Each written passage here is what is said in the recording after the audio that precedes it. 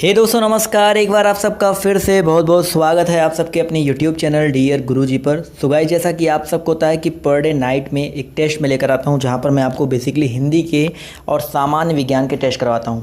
आज के इस वीडियो में दोस्तों मैं आप सबके लिए टोटल 65 प्रश्न लेकर आया हूँ सामान्य हिंदी से। यहाँ पर आज का जो टॉपिक होगा वो कुछ इंपॉर्टेंट टॉपिक्स होंगे, जैसे कि आपके अनुवाद से संबंधित जो क्वेश्चंस होते हैं, समतुल्य शब्द चयन, वाक्यांश का जो अर्थ होता है। इसके अलावा दोस्तों एक टॉपिक आपका रहेगा यहाँ पर जो उत्तर प्रदेश की प्रमुख बोलियाँ हैं, हिंदी भाषा में प्रयोग होने वाली जो अशुद्धियाँ हैं उससे रिलेटेड, और एक 30 क्वेश्चन का या 25 क्वेश्चन का एक सेट होगा। तो ये सब कुछ मिलाकर टोटल आपको 65 क्वेश्चन करवाए जाएंगे। तो ध्यान से सभी लोग हर क्वेश्चन को देखिएगा, बिल्कुल भी एक भी क्वेश्चन को इग्नोर मत कीजिएगा। सारे के सारे क्वेश्चन जो है आपके लिए बहुत ही ज़्यादा इंपॉर्टेंट होने वाले हैं। तो स्टार्ट करते हैं आज के क्लास को। Junior assistant, UP lower PCS और जो यूपी के एग्जाम्स होते हैं उनके लिए बहुत ही ज़्यादा इंपॉर्टेंट होने वाला है। तो सभी लोग रेडी हैं? चलिए वीडियो को लाइक कर सकते हैं आप लोग। अगर आप लोग जुड़े हो तो प्लीज़ वीडियो को लाइक करो, पहुँचाओ, जितना ज़्यादा पहुँचा सकते हो उतना ज़्यादा दूर तक पहुँचाओ। सबको शेयर करो, ज़्यादा से ज़्यादा शेयर करो, जिससे ज़्यादा से ज़्यादा लोग जुड़ सके। यार कम से कम आप लोग ध्यान दो यार। लोग कुछ भी प्रोवाइड करवाते हैं, कोई भी चीज़ देते हैं, आप वहाँ पर हज़ार लोग पहुँचाए। तो आप यहाँ पर मैं आपको इतनी मेहनत से रोज़ बहुत अच्छे अच्छे क्वेश्चन दे रहा हूँ, तो आप लोग कम से कम 200-300 तो पहुँचा ही सकते हो।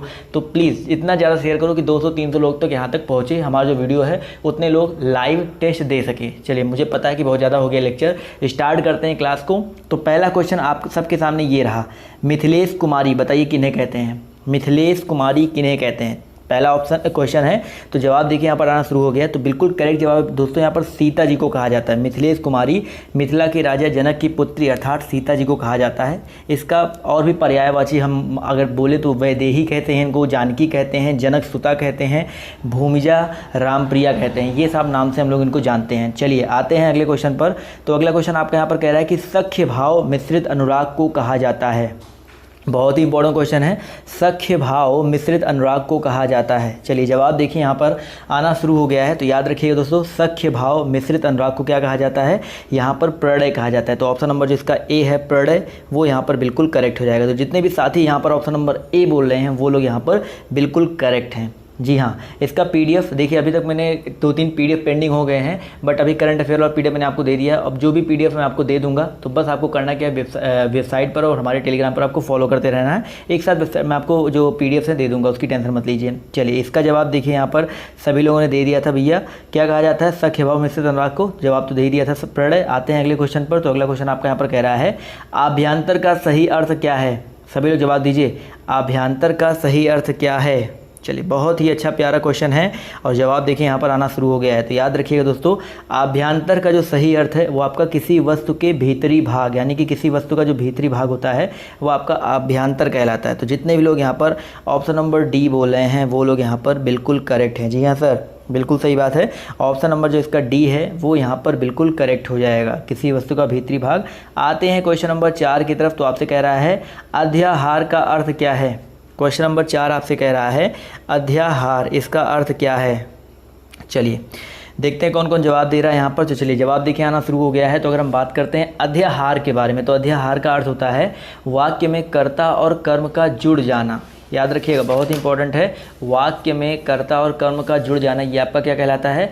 अध्याहार कहलाता है। तो यहाँ पर ऑप्शन नंबर जो इसका सी है वो यहाँ पर बिल्कुल करेक्ट हो जाएगा।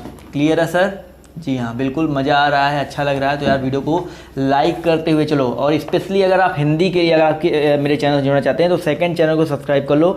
वहाँ पर हिंदी, करंट अफेयर, बहुत सारी चीज़ें मैं आपको हर एग्जाम्स के लिए प्रोवाइड करवा रहा हूँ। आपके स्पेशली यूपी के जो एग्जाम्स होते हैं उनके लिए दे रहा हूँ। तो नीचे लिंक दिया गया सेकंड चैनल का, वहाँ पर आप जुड़ सकते हैं। बहुत ही इंपॉर्टेंट चीज़ें वहाँ पर आपको देखने को मिलेंगी। चलिए आते हैं अगले क्वेश्चन पर। क्वेश्चन नंबर आपका 5 कह रहा है यहाँ पर, कीर शब्द का अर्थ क्या है? चलिए बताइए सर, कीर शब्द का अर्थ क्या है? क्वेश्चन नंबर 5 आपसे कह रहा है और जवाब देखिए यहाँ पर आना शुरू हो गया है। तो अगर हम बात करते हैं कीर शब्द के बारे में, तो दोस्तों कीर शब्द का अर्थ देखिए, सी जवाब आ रहा है। कुछ लोग अलग जवाब दे रहे हैं, बट याद रखिएगा कीर का मतलब होता है तोता। कीर शब्द का अर्थ क्या होता है? तोता। या कीर के और भी अन्य अर्थ होते हैं, कश्मीर राज्य, कश्मीर का निवासी, ये भी होता है कीर का मतलब। तो कभी मान लीजिए तोता नहीं आता है, वो आता है, तो आप वो जवाब दे सकते हैं। तो ऑप्शन सी यहाँ पर बिल्कुल करेक्ट हो जाएगा। चलिए आते हैं क्वेश्चन नंबर 6 की तरफ। तो क्वेश्चन नंबर 6 आपसे कह रहा है शकल, शकल का अर्थ क्या है? चलिए क्वेश्चन नंबर 6 का सभी लोग जवाब दीजिए, शकल का अर्थ क्या है? चलिए क्वेश्चन नंबर 6 का जवाब देखिए आना शुरू हो गया है। संपूर्ण कुछ लोग बोल रहे हैं, कुछ लोग टुकड़ा बोल रहे हैं। देखिए एक शकल होता है, जो आपका ये वाला शकल होता है इसका मतलब होता है संपूर्ण, लेकिन जो ये वाला शकल होता है इसका मतलब होता है टुकड़ा। तो जो लोग यहाँ पर बी बोल रहे हैं वो लोग यहाँ पर करेक्ट हैं, तो बी वाले यहाँ पर सिर्फ करेक्ट हैं, ये चीज़ ध्यान दीजिएगा। क्लियर है सर, बहुत ही इंपॉर्टेंट क्वेश्चन है, ध्यान से हर क्वेश्चन को देखते हुए चलिएगा। चलिए आते हैं अगले क्वेश्चन पर। तो अगला क्वेश्चन आपके यहाँ पर कह रहा है आश्रित का अर्थ क्या है, बताइए सर, आश्रित का अर्थ क्या है। चलिए क्वेश्चन नंबर 7 का जवाब दीजिए सभी लोग। 7 का जवाब देखिए यहाँ पर आना शुरू हो गया। तो याद रखिएगा आश्रित जो है इसका मतलब होता है खाया हुआ। याद रखिएगा, जितने लोग यहाँ पर बोल रहे हैं आश्रित मतलब खाया, देखिए ये बड़ा सा है तो यहाँ पर इसका खाया हुआ हो जाएगा।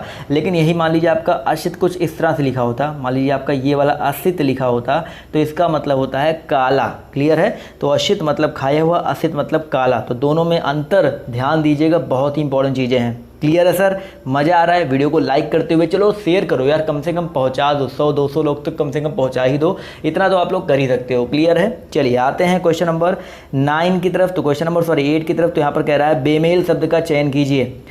बेमेल शब्द का चयन करना भाई, आभूषण, अलंकार, जेवर और नागर, इनमें आपको बताना है कौन सा अलग है। तो चलिए जवाब देखिए यहाँ पर आना शुरू हो गया है। तो अगर हम बात करते हैं यहाँ पर ऑप्शन डी के बारे में, जो भी लोग यहाँ पर ऑप्शन नंबर डी बोल रहे हैं नागर, वो यहाँ पर बेमेल हो जाएगा। क्यों सर, क्योंकि यहाँ पर बेमेल क्योंकि आभूषण, अलंकार, जेवर ये आपके समानार्थी है, लेकिन नागर जो है आपका बिल्कुल अलग है, तो इसलिए ऑप्शन नंबर जो इसका डी है वो करेक्ट हो जाएगा। चलिए दोस्तों आते हैं क्वेश्चन नंबर 9 की तरफ। तो क्वेश्चन नंबर 9 आपसे कह रहा है कि वलय शब्द का अर्थ चिन्हित कीजिए। बताइए सर, वलय शब्द का अर्थ चिन्हित करना है आप सभी को। चलिए वलय का मतलब सबको पता है, बिल्कुल सही जवाब आ रहा है। कुछ लोग वृक्ष की छाल सोच रहे हैं, बट नहीं सर, वृक्ष की छाल नहीं होता है। वलय का मतलब होता है कुल मिलाकर के गोलाकार घेरा। तो जो लोग यहाँ पर ऑप्शन नंबर बी बोल रहे हैं वो लोग यहाँ पर बिल्कुल करेक्ट हैं, तो ऑप्शन बी यहाँ पर बिल्कुल करेक्ट हो जाएगा। चलिए सर आते हैं क्वेश्चन नंबर 10 पर। तो क्वेश्चन नंबर 10 कह रहा है अतः शब्द का समानार्थी शब्द पहचानिए। बताइए सर, अतः शब्द का समानार्थी शब्द क्या होगा। क्वेश्चन नंबर 10 का जवाब दीजिए सभी लोग। 10 का जवाब देखिए यहाँ पर आना शुरू हो गया। जी हाँ बिल्कुल, आवाज़ तो क्लियर आ रही है आई होप। तो अतः शब्द का जो समानार्थी होता है वो होता है आपका क्या, अतएव। तो जितने भी लोग यहाँ पर ऑप्शन नंबर बी जवाब दे रहे हैं वो लोग यहाँ पर बिल्कुल करेक्ट हैं। जी हाँ सर, अतएव यहाँ पर बिल्कुल करेक्ट है। क्लियर है, चलिए आते हैं अगले क्वेश्चन पर। तो अगला क्वेश्चन आपका यहाँ पर क्या कह रहा है यार, अगर आपने अभी तक लाइक नहीं किया वीडियो को तो लाइक करते हुए चलो। क्वेश्चन नंबर 11 कह रहा है अतियुक्ति का सर्वाधिक उपयुक्त अर्थ क्या है। बताइए, अतियुक्ति का सर्वाधिक उपयुक्त अर्थ क्या हो जाएगा। चलिए क्वेश्चन नंबर 11 का करेक्ट आंसर क्या हो जाएगा सर, अतियुक्ति का मतलब होता है, याद रखिएगा, बढ़ा चढ़ा कर। जैसे अतिशयोक्ति से अतियुक्ति बना है तो बढ़ा चढ़ा कर कहना। तो यहाँ पर ऑप्शन नंबर जो इसका डी है वो यहाँ पर बिल्कुल करेक्ट हो जाएगा। चलिए बिल्कुल यहाँ पर जो लोग डी बोले थे वो लोग यहाँ पर बिल्कुल करेक्ट हैं। 12 नंबर क्वेश्चन आपसे कह रहा है मीनाक्षी का अर्थ क्या होता है। बताइए, सबको पता होना चाहिए भाई मीनाक्षी का अर्थ क्या होता है। चलिए जवाब देते हैं 12 का कौन कौन दे रहा है यहाँ पर। चलिए 12 का करेक्ट आंसर क्या हो जाएगा सर, 12 का आंसर आना शुरू हो गया। तो बिल्कुल सही बात है भाई, मीनाक्षी का अर्थ होता है जिसकी आंखें मछली के आँख जैसी हो, यानी कि मछली की आँख तरह गोल आँखों वाली। तो ऑप्शन नंबर जो इसका बी है वो यहाँ पर बिल्कुल करेक्ट हो जाएगा। जी हाँ, बहुत ही उम्दा, बहुत ही अच्छा प्रदर्शन यहाँ पर सबका देखने को मिल रहा है। उम्दा तो वो क्रिकेट में होता है ना, बहुत ही उम्दा प्रदर्शन देखने को मिल रहा है और काफ़ी सारे लोग बिल्कुल सही जवाब दे रहे हैं। चलिए अब आते हैं उत्तर प्रदेश की कुछ प्रमुख बोलियों की तरफ और हिंदी भाषा में प्रयोग होने वाली जो कुछ अशुद्धियाँ हैं उनकी तरफ बढ़ते हैं। और वहाँ से आपका पहला क्वेश्चन आपके सामने ये रहा कि भारतीय संविधान में हिंदी भाषा को मान्यता कब प्रदान की गई थी। मोस्ट रिपीटेड क्वेश्चन है, आई होप इसका आंसर सबको पता होगा। बिल्कुल सही जवाब यहाँ पर सबका आ रहा है। तो भैया याद रखिएगा, यहाँ पर इसका जो करेक्ट आंसर हो जाएगा ऑप्शन नंबर ये ए, 14 सितंबर 1949। बिल्कुल सही जवाब यहाँ पर आ रहा है। तो 100% लोगों ने यहाँ पर इसका बिल्कुल सही जवाब दिया है। 14 सितंबर 1949 ईस्वी को भारतीय संविधान में हिंदी भाषा को मान्यता प्रदान की गई थी। चलिए आते हैं क्वेश्चन नंबर 2 की तरफ। तो आपसे यहाँ पर कह रहा है कि हिंदी भाषा को कौन सी लिपि में लिखा जाता है। सबको पता भाई हिंदी भाषा को कौन सी लिपि में लिखा जाता है, बिल्कुल करेक्ट जवाब भाई यहाँ पर देवनागरी लिपि। तो जितने लोग यहाँ पर आपका देवनागरी लिपि बोल रहे हैं वो लोग यहाँ पर बिल्कुल करेक्ट हैं। जी हाँ सर, देवनागरी लिपि में लिखा जाता है। क्लियर है सर। इसके अलावा पंजाबी भाषा को गुरुमुखी लिपि में लिखा जाता है। चलिए सर आते हैं क्वेश्चन नंबर 3 की तरफ। तो आपसे कह रहा है कि किस क्षेत्र की बोली को काशिका कहा गया है। बताइए, किस क्षेत्र की बोली को काशिका कहा गया है। जवाब दीजिए क्वेश्चन नंबर 3 का सभी लोग कि भैया किस क्षेत्र की बोली को काशिका कहा गया है। तो काशिका भैया याद रखिएगा यहाँ पर जो वाराणसी की बोली है, जितने लोग यहाँ पर ऑप्शन नंबर सी बोल रहे हैं वाराणसी और उसके आसपास के क्षेत्र की जो बोली है उनको काशिका कहा गया। काशिका बोली भोजपुरी का ही एक रूप है। इसमें हिंदी, उर्दू और भोजपुरी शब्द के जो भोजपुरी के जो शब्द हैं वो बेसिकली देखने को मिलते हैं। चलिए आते हैं अगले क्वेश्चन पर। तो अगला क्वेश्चन आपका यहाँ पर कह रहा है कि ऊ हमार के खेल ही ना देत रहे कहाँ की बोली है। बताइए, ऊ हमरा के खेल ही ना देत रहे।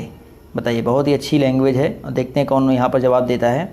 चलिए, ऊ हमरा के खेल ही ना देत रहे, तो बिल्कुल सही जवाब आ रहा है भैया, ये है भोजपुरी। भोजपुरी में ऐसे ही बोला जाता है, ऊ हमरा का खेल ही ना देत रहे। तो ऑप्शन नंबर जो इसका सी है वो यहाँ पर बिल्कुल करेक्ट हो जाएगा। भोजपुरी में क्या होता है ना, सर्वनाम जो होते हैं हम उसको हमरा, हमनी, हमनी का, तोहरा, तोहनी का, ऐसे कुछ मतलब बोल करके बोलते हैं। क्लियर है। चलिए आते हैं क्वेश्चन नंबर 5 की तरफ। तो आपसे यहाँ पर क्या कह रहा है कि बोली का क्षेत्र जब थोड़ा विकसित हो जाता है और उसमें साहित्य की रचना होने पर क्या बन जाता है। बताइए, बोली का क्षेत्र जब थोड़ा विकसित हो जाता है और उसमें साहित्य की रचना होने पर वह क्या बन जाता है। क्वेश्चन नंबर 5 बिल्कुल सही जवाब आ रहा है। तो बिल्कुल सही जवाब, बिल्कुल उम्दा जवाब। तो ऑप्शन नंबर जिसका बी है उपभाषा, वो यहाँ पर बिल्कुल करेक्ट हो जाएगा। देखो यार, इतने सारे लोग जुड़ रहे हो और आप लोग वीडियो को लाइक नहीं कर रहे हो, तो ये नहीं फेयर है। क्या यार, लाइक करने में आपका हाथ दर्द करने लगता है क्या यार? अगर आपको मैं फ्री में इतनी सारी चीज़ें दे रहा हूँ तो आप लोग लाइक तो कर ही सकते हो वीडियो को। अभी कुछ लोग यहाँ पर ऐसे भी होंगे कमेंट करेंगे, सर लाइक करने वाले अपने आप लाइक कर देते हैं, बट ऐसा नहीं है सर। मेरा काम है जो कहना वो मैं कहूँगा। आप लोग प्लीज़ अपनी एडवाइस अपने पास रखें। चलिए आते हैं क्वेश्चन नंबर 5 की तरफ, 6 की तरफ। कभी कभी कुछ गलत बोल जाता हूँ तो उसके लिए माफ़ी। 6 नंबर का जवाब दीजिए भाई, हिंदी भाषा की कितनी विख्यात बोलियाँ हैं। विख्यात बोलियों की बात कर रहा सर। वैसे तो आपकी हिंदी भाषा में 18 बोलियाँ हैं, बट विख्यात बोलियाँ याद रखिएगा आपकी 5 हैं। जी हाँ, बिल्कुल सही बात है। जो विख्यात बोलियाँ हैं वो आपकी 5 हैं। मारवाड़ी, कौरवी, ब्रजभाषा, अवधी और भोजपुरी, ये हिंदी की प्रमुख बोलियाँ हैं। समझ में आ गया ना? तो स्पष्ट है कि हिंदी भाषा की 5 विख्यात बोलियाँ हैं। समझ में आ रहा है ना सर? चलिए आते हैं अगले क्वेश्चन पर। तो अगला क्वेश्चन आपका यहाँ पर क्या कह रहा है कि ब्रज भाषा का विकास किस अपभ्रंश से हुआ है। बहुत ही इंपॉर्टेंट क्वेश्चन है, जवाब दीजिए सभी लोग कि ब्रज भाषा का जो विकास है किस अपभ्रंश से हुआ है। चलिए 7 का जवाब देखिए यहाँ पर आना शुरू हो गया है। तो याद रखिएगा सौरसेनी, बहुत ही बार रिपीट, बहुत बार बताया भी जा चुका है। तो ब्रज भाषा का जो विकास है वो सौरसेनी अपभ्रंश के मध्यवर्ती रूप से हुआ है। और ब्रज भाषा का शुद्ध रूप जो है वो मथुरा, आगरा और अलीगढ़ जिलों में है। थोड़े बहुत मिश्रण के साथ बरेली में, बदायूं में, एटा में, मैनपुरी में और भी बहुत सारी जगह पर ये जो ब्रज भाषा है वो बोली जाती है। चलिए आते हैं अगले क्वेश्चन पर। तो अगला क्वेश्चन आपका यहाँ पर देखिए क्या कह रहा है, ध्यान से देखिएगा। बहुत ही अच्छा क्वेश्चन है कि ब्रज हिंदी की किस उपभाषा के अंतर्गत है। जो ब्रज है वो हिंदी की किस उपभाषा के अंतर्गत है।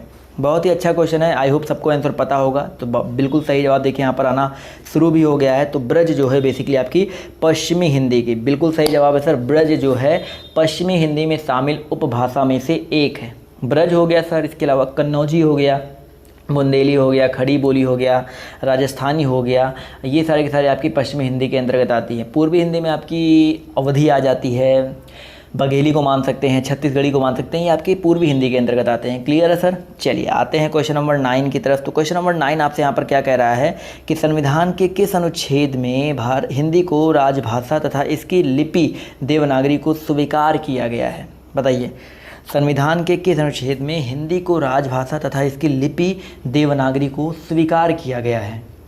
क्वेश्चन नंबर 9 का जवाब देखिए यहाँ पर आना शुरू हो गया है। तो याद रखिएगा यहाँ पर करेक्ट आंसर जो हो जाएगा आपका 343, जो आपका अनुच्छेद नंबर 343 है। जी हाँ, बिल्कुल सही जवाब है। इस अनुच्छेद में हिंदी को राजभाषा तथा इसकी लिपि देवनागरी को स्वीकार किया गया है। और 343 का जो पहला भाग है उसके अकॉर्डिंग संघ की राजभाषा हिंदी और लिपि देवनागरी होगी। चलिए सर आते हैं अगले क्वेश्चन की ओर। तो अगला क्वेश्चन आपका यहाँ पर क्या कह रहा है, ध्यान से देखिए।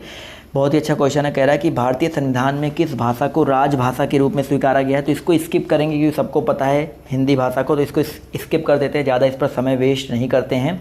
आते हैं क्वेश्चन नंबर 11 पर। तो आपसे कह रहा है कि मथुरा और वृंदावन में प्रमुखता कौन सी बोली जाती है। बताइए, मथुरा और वृंदावन में प्रमुखता कौन सी भाषा बोली जाती है।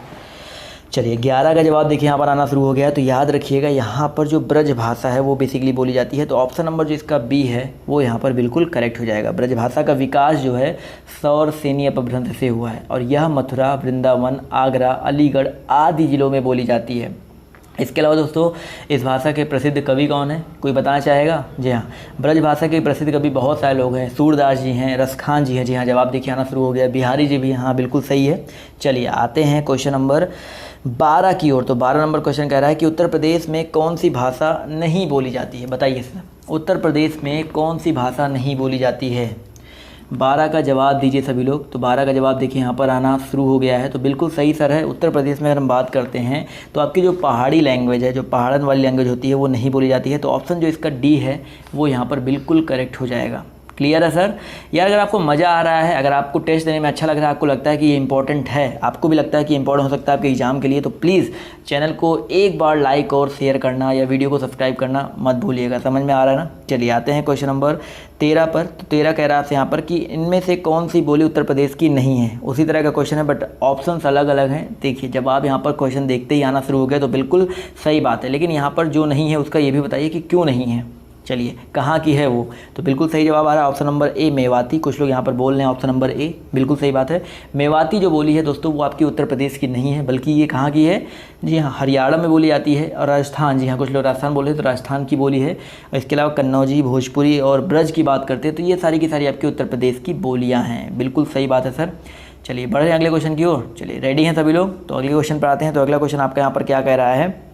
कह रहा है कि निम्नलिखित में से कौन सी बोली उत्तर प्रदेश की नहीं है? बताइए। क्वेश्चन नंबर 14 का जवाब दीजिए। यहाँ पर जो कौन सी बोली है आपकी उत्तर प्रदेश की नहीं है?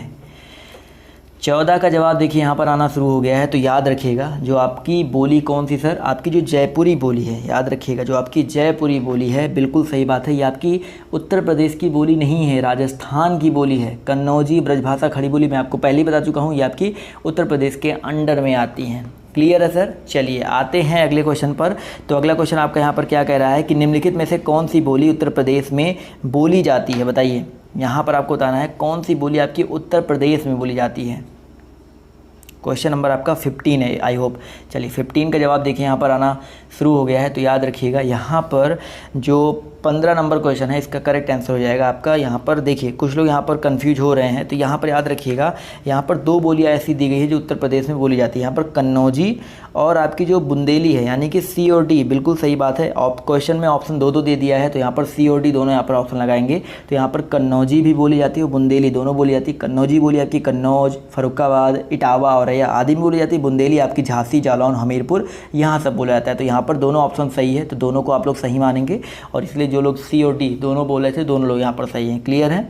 चलिए आते हैं अगले क्वेश्चन की तरफ। तो अगला क्वेश्चन आपका यहाँ पर कह रहा है कि भाई इलाहाबाद में बोली जाने वाली बोली कौन सी है? बताइए। इलाहाबाद में बोली जाने वाली कौन सी बोली है? चलिए क्वेश्चन नंबर 16 का जवाब देखिए यहाँ पर आना शुरू हो गया है। तो याद रखिएगा सर, इलाहाबाद की अगर हम बात करते हैं तो इलाहाबाद में आपकी बिल्कुल सही अवधी बोली जाती है। आपकी जो अवध वाला क्षेत्र है, इलाहाबाद, लखनऊ, आपका बस्ती हो गया, हम जहाँ रहते हैं मतलब फैजाबाद, अयोध्या, यहाँ पर बेसिकली आपकी अवधी बोली जो है बोली जाती है। क्लियर है सर? तो यहाँ पर जितने भी लोग ऑप्शन नंबर बी जवाब दे रहे हैं वो लोग यहाँ पर बिल्कुल करेक्ट हैं। चलिए सर आते हैं क्वेश्चन नंबर 16 के बाद 17 की तरफ। तो क्वेश्चन नंबर 17 आपसे कह रहा है कि कन्नड़ का संबंध किस भाषा परिवार से है? बताइए। कन्नड़ का जो संबंध है वो किस भाषा परिवार से है? देखिए यहाँ पर इतने लोग जुड़े हो, वीडियो का टेस्ट दे रहे हो, यानी वीडियो दे रहे हो, टेस्ट दे रहे हो, ऑनलाइन टेस्ट दे रहे हो, तो आप लोग वीडियो अगर आप पसंद आ रहा है तो प्लीज़ वीडियो को लाइक करते हुए चलना। और सेकंड चैनल पर ज़रूर विजिट करें, वहाँ पर और भी इंपॉर्टेंट चीज़ें आपको लगातार देखने को मिल रही होंगी। तो सेकंड चैनल पर अगर आप अभी तक नहीं जुड़े तो जाकर के जुड़ो यार, आपको बहुत मज़ा आने वाला वहाँ पर भी। चलिए यहाँ पर इसका जवाब देखिए आना शुरू हो गया 17 का। तो बिल्कुल सही जवाब है भाई, द्रविड़ भाषा परिवार का। कन्नड़ का जो संबंध है वो आपका द्रविड़ भाषा परिवार से है। क्लियर है? तो ऑप्शन नंबर जो इसका बी है वो यहाँ पर बिल्कुल करेक्ट हो जाएगा। चलिए आते हैं क्वेश्चन नंबर 18 की तरफ। तो क्वेश्चन नंबर 18 आपसे कह रहा है कि काजू शब्द का संबंध किस भाषा से है? बताइए। काजू जो शब्द है इसका संबंध बेसिकली किस भाषा से है? क्वेश्चन नंबर 18 का जवाब देखिए यहाँ पर आना शुरू हो गया है। तो याद रखिएगा जो काजू शब्द है इसका संबंध पुर्तगाली भाषा से है। बिल्कुल सही बात है। तो जितने भी लोग यहाँ पर पुर्तगाली बोल रहे हैं वो लोग यहाँ पर बिल्कुल करेक्ट हैं। क्लियर है सर? तो पुर्तगाली करेक्ट हो जाएगा। बढ़ेंगे, इस क्वेश्चन को स्किप करेंगे, अगले क्वेश्चन बढ़ेंगे। तो अगला क्वेश्चन आपका यहाँ पर कह रहा है हाड़ौती बोली कहाँ की है? अभी हाड़ौती बोली के बारे में एक ऑप्शन में आया था एक जगह, तो हाड़ौती बोली आपको बताना है बेसिकली है कहाँ की है। चलिए हाड़ौती बोली याद रखिएगा दोस्तों, आपकी ये पश्चिमी राजस्थान कुछ लोग बोल रहे हैं, बट यहाँ पर भैया पश्चिमी नहीं है, ये आपकी पूर्वी राजस्थान की है। तो जो लोग यहाँ पर ऑप्शन नंबर बी जवाब दे रहे हैं पूर्वी राजस्थान, वो लोग यहाँ पर बिल्कुल करेक्ट है। हड़ौती भाषा जो है पूर्वी व मध्य पूर्वी राजस्थान में बोली जाती है, और ये बोली जो है कोटा में, आप लोग गए हो अगर कभी, कोटा में, शाहपुर में, उदयपुर में ये बोली जाने वाली बोली है। चलिए आते हैं क्वेश्चन नंबर 20 की तरफ। तो आपसे कह रहा है गाजीपुर में बोली जाने वाली बोली है, गाजीपुर, बताइए। गाजीपुर सबको पता है कहाँ पड़ता है, यूपी ईस्ट, बिल्कुल सही बात है। तो भैया उत्तर प्रदेश में जो सर्वाधिक बोली जाने वाली बोली है आपकी भोजपुरी है, और यहाँ पर हम बात करते हैं जो पूर्वांचल ज़िले हैं वहाँ पर बेसिकली भोजपुरी ही बोली जाती है। तो आपका यहाँ पर ऑप्शन जो इसका बी है वो यहाँ पर बिल्कुल करेक्ट हो जाएगा। तो गाजीपुर में बोली जाने वाली जो बोली है वो आपकी कौन सी है सर, भोजपुरी है। तो जितने भी लोग यहाँ पर ऑप्शन नंबर बी जवाब दे रहे हैं वो लोग यहाँ पर बिल्कुल करेक्ट हैं। चलिए सर आते हैं अगले क्वेश्चन पर।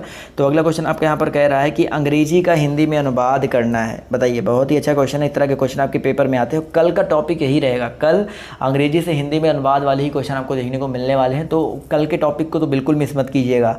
Disaster to environment is the biggest problem, जवाब दीजिए। जवाब देखिए यहाँ पर आना शुरू हो गया है। Disaster to environment is the biggest problem, तो बिल्कुल सही सर। पर्यावरण को हानि पहुंचाना आज की सबसे बड़ी समस्या है, बिल्कुल सही बात है सर। तो ऑप्शन नंबर जो इसका बी है वो यहाँ पर बिल्कुल करेक्ट हो जाएगा। पर्यावरण को हानि पहुंचाना आज की सबसे बड़ी समस्या है। चलिए सर आते हैं अगले क्वेश्चन पर। तो अगला क्वेश्चन आपका यहाँ पर देखिए क्या कह रहा है कि हिंदी भाषी राज्य के अंतर्गत कौन सा राज्य नहीं है। यहाँ पर 4 ऑप्शन दिए गए हैं। यहाँ पर बताइए कहाँ कौन सा राज्य हिंदी भाषी राज्य के अंतर्गत नहीं आता है।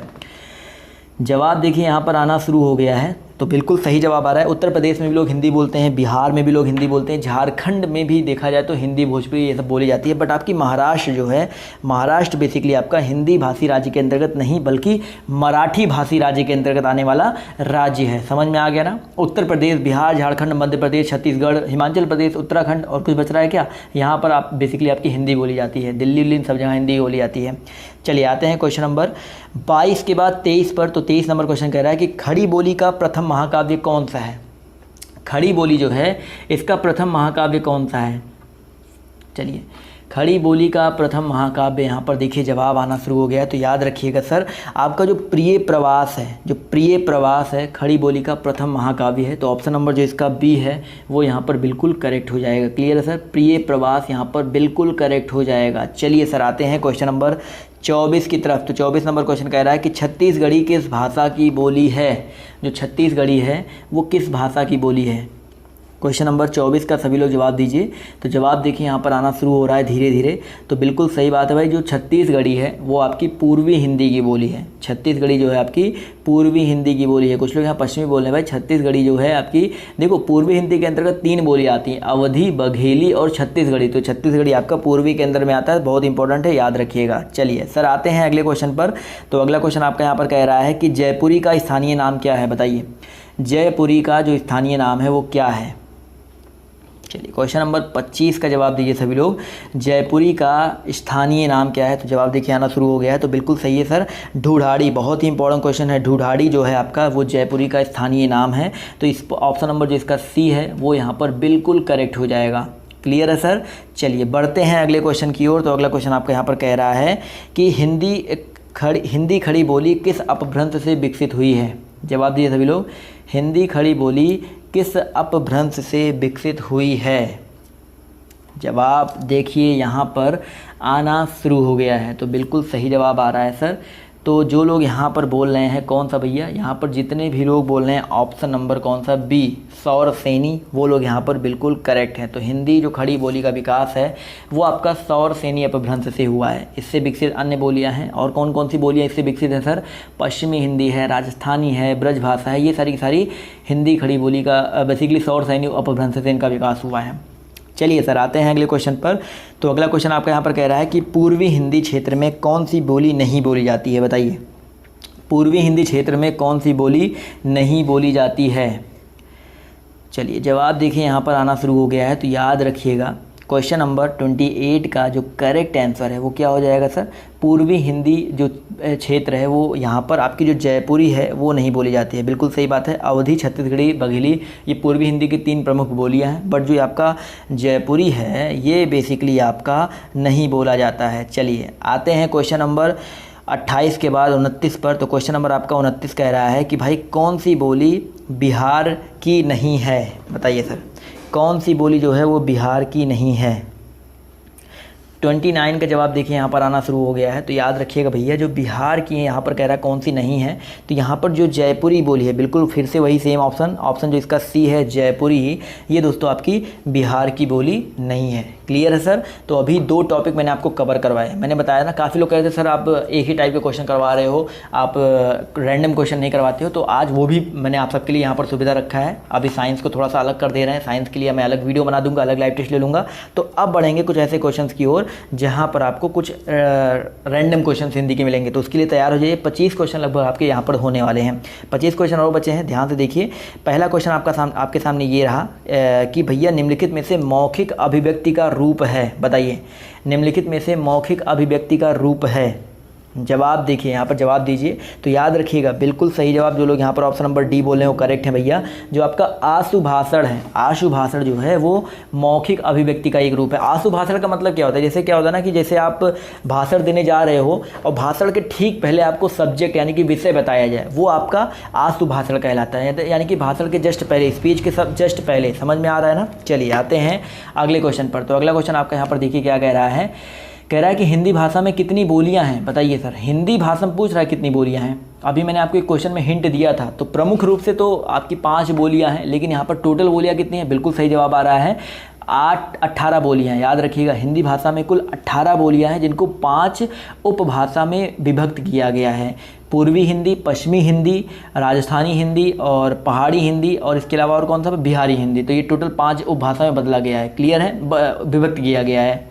चलिए सर आते हैं क्वेश्चन नंबर 3 की तरफ। सभी लोग जवाब दीजिए कि भैया भारतेंदु युग में निकलने वाली पत्रिका युग्म कौन सी है। भारतेंदु युग में निकलने वाली जो पत्रिका युग्म है वो कौन सी है, जो ऐसी कौन सी पत्रिका युग्म है जो आपका भारतेंदु युग में निकलता था। चलिए जवाब देखिए, यहाँ पर आना शुरू हो गया है। तो जी हाँ, करवा चुका हूँ पहले, कोई बात नहीं, आपका रिपीट ही होगा। तो याद रखिएगा ऑप्शन नंबर जिसका ए है कवि वचन सुधा और हिंदी प्रदीप। ये जो पत्रिका युग्म है वो भारतेंदु युग में प्रकाशित पत्रिका युग्म है। और कवि वचन सुधा का जो प्रकाशन है वो 1968 में हुआ था काशी से, भारतेंदु हरिश्चंद्र जी ने किया था, और ये एक मासिक पत्रिका थी। इसके अलावा जो हिंदी प्रदीप है इसका जो प्रकाशन है 1877 में प्रयाग से बालकृष्ण भट्ट जी ने किया था। क्लियर है सर। चलिए आते हैं अगले क्वेश्चन पर।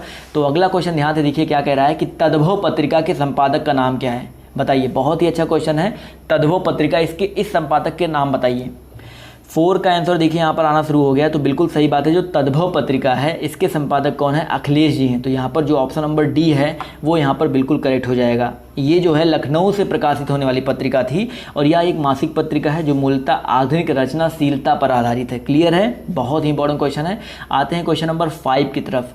क्वेश्चन नंबर 5 आपसे यहाँ पर देखिए, आपके जो और भी छात्र हैं ना, यूपी टेट वाले छात्र हैं, सी टेट वाले छात्र हैं, या अदर एग्जाम की जो तैयारी करने वाले छात्र, जहाँ पर हिंदी पूछी जाती है, चाहे MP की हिंदी हो चाहे राजस्थान की हिंदी हो, सब इसी तरह की आती है। तो सब लोग जोड़ो यार, सबको आप लोग शेयर करो। ये हिंदी का टेस्ट आप सबके लिए बहुत ज़्यादा इंपॉर्टेंट होने वाला है। तो 5 का जवाब दीजिए सब लोग, और UPSI के लिए भी स्पेशली मैं कह रहा हूँ। तो 5 का जवाब देखिए यहाँ पर आना शुरू हो गया है। तो याद रखिएगा जगनिक, जो आपके जगनिक है, ऑप्शन नंबर जो इसका डी है, 12 बरस लो कुकर जीवे, ये आपके जगनिक जो हैं इनकी ये रचना है, ये इनकी पंक्ति की रचना है। परमाल रासो, इनकी एक कृति थी परमाल रासो, जिसको आलाखंड बोलते हैं, वहाँ से लिया गया है। चलिए आते हैं क्वेश्चन नंबर 6 की तरफ।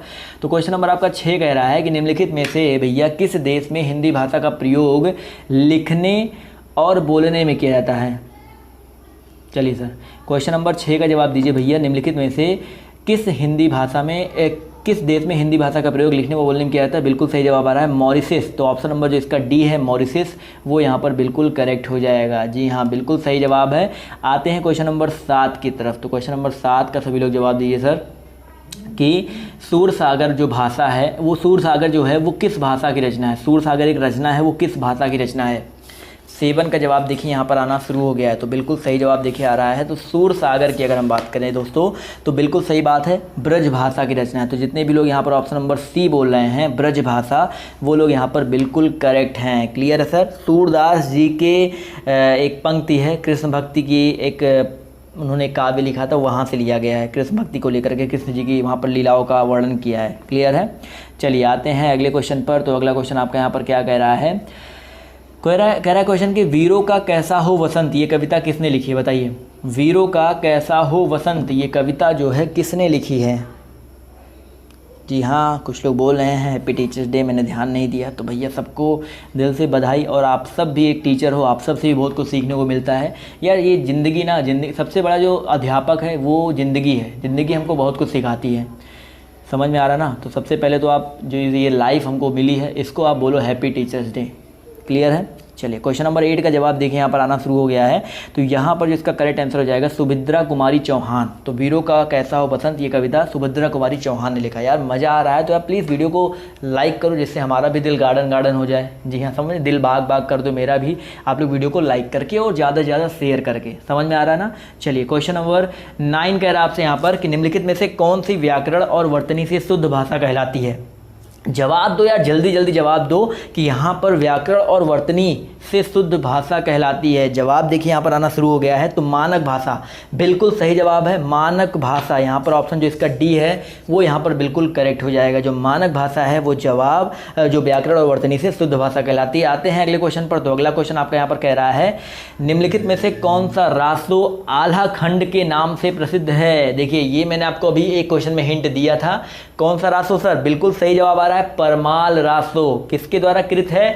जगनिक के द्वारा। तो याद रखिएगा जो आल्हा खंड है ये परमाल रासो के नाम से प्रसिद्ध है, और आपका बेसिकली ये जगनिक द्वारा लिखा गया है, ये रचना की गई है। क्लियर है? चलिए सर आते हैं अगले क्वेश्चन की तरफ। तो अगला क्वेश्चन आपका यहाँ पर क्या कह रहा है, ध्यान से देखिएगा। निमिष शब्द का पर्यायवाची क्या है? निमिष शब्द का, चलिए निमिष शब्द का पर्यायवाची जवाब दीजिए सभी लोग। जवाब देखिए यहाँ पर आना शुरू हो गया है। तो बिल्कुल, जी हाँ, बिल्कुल करेक्ट जवाब आ रहा है। तो अगर हम बात करते हैं निमिष के बारे में, तो निमिष का जो मतलब होता है वो होता है क्या आपका क्षण या पल। तो ऑप्शन नंबर जो इसका डी है, क्षण या पल, वो यहाँ पर बिल्कुल करेक्ट हो जाएगा। क्लियर है सर? मज़ा आ रहा है? तो बढ़ते हैं क्वेश्चन नंबर 17 की तरफ। तो क्वेश्चन नंबर 17 आपसे कह रहा है कि मुझसे उठा नहीं गया, इस वाक्य में वाच्य क्या है? बताइए। मुझसे उठा नहीं गया कौन सा वाच्य है? 3 तरह के वाच्य होते हैं, कृतवाच्य, कर्मवाच्य और भाववाच्य। तो मुझसे उठा नहीं गया, जवाब देखिए आना शुरू हो गया है। तो इसको बोलेंगे क्या सर? भाववाच्य बोलेंगे। तो यहाँ पर ऑप्शन नंबर जो इसका सी है वो यहाँ पर बिल्कुल करेक्ट हो जाएगा। चलिए सर आते हैं क्वेश्चन नंबर 18 की तरफ। तो क्वेश्चन नंबर 18 कह रहा है जिसकी पूर्व से कोई आशा ना हो उसके लिए एक शब्द क्या है? भैया जिसकी पूर्व से कोई आशा ना हो उसके लिए एक शब्द है। क्वेश्चन नंबर 18 का जवाब देखिए यहाँ पर आना शुरू हो गया है। वाक्यांश के लिए एक शब्द है, और यहाँ पर याद रखिएगा कुछ लोग यहाँ पर बोल रहे हैं अनाहूत, कुछ लोग बोल रहे हैं अप्रत्याशित। तो यहाँ पर जितने भी लोग यहाँ पर बोल रहे हैं अप्रत्याशित, उसका मतलब होता है जिसकी पूर्व से कोई आशा ना हो। चलिए सर आते हैं क्वेश्चन नंबर 19 की तरफ। तो आपसे यहाँ पर कह रहा है गोधूम शब्द का तद्भव क्या है? बताइए सर, गोधूम शब्द का तद्भव क्या है? चलिए क्वेश्चन नंबर 19 का जवाब देखिए यहाँ पर आना शुरू हो गया। तो याद रखिएगा सर, जो गोधूम शब्द है इसका, माफ़ कीजिएगा, इसका तद्भव क्या है सर? गेहूं है। क्लियर है? गोधूम का जो तद्भव है वो गेहूं, या गेहूं का तत्सम जो है वो आपका गोधूम है। इसी तरह गाय, गाय का भैया तत्सम क्या होता है? गौ होता है। और गोबर का जो तत्सम होता है वो गोमय होता है। इसके अलावा जो गोधन है वो आपका एक खुद ही तत्सम शब्द है। चलिए आते हैं अगले क्वेश्चन पर। तो क्वेश्चन नंबर आपका 20 यहाँ पर कह रहा है कि निष्कपट शब्द का संधि विच्छेद क्या होगा? तो चलिए एक हिंट देता हूँ कि एक विसर्ग संधि है। अब तो जवाब दे सकते हो ना, निष्कपट शब्द का संधि विच्छेद क्या होगा? जवाब देखिए यहाँ पर आना शुरू हो गया है। तो बिल्कुल सही बात है भाई, निह प्लस कपट। सभी लोग का जवाब ऑप्शन नंबर ए आ रहा है। तो निह प्लस कपट मतलब होता है निष्कपट, और इसका जो संधि विच्छेद है वो आपका क्या हो जाएगा सर? इसका जो संधि है वो आपका हो जाएगा विसर्ग संधि। चलिए आते हैं क्वेश्चन नंबर 21 की तरफ। तो आपसे यहाँ पर कह रहा है कि निम्न में से किस शब्द की वर्तनी सही है?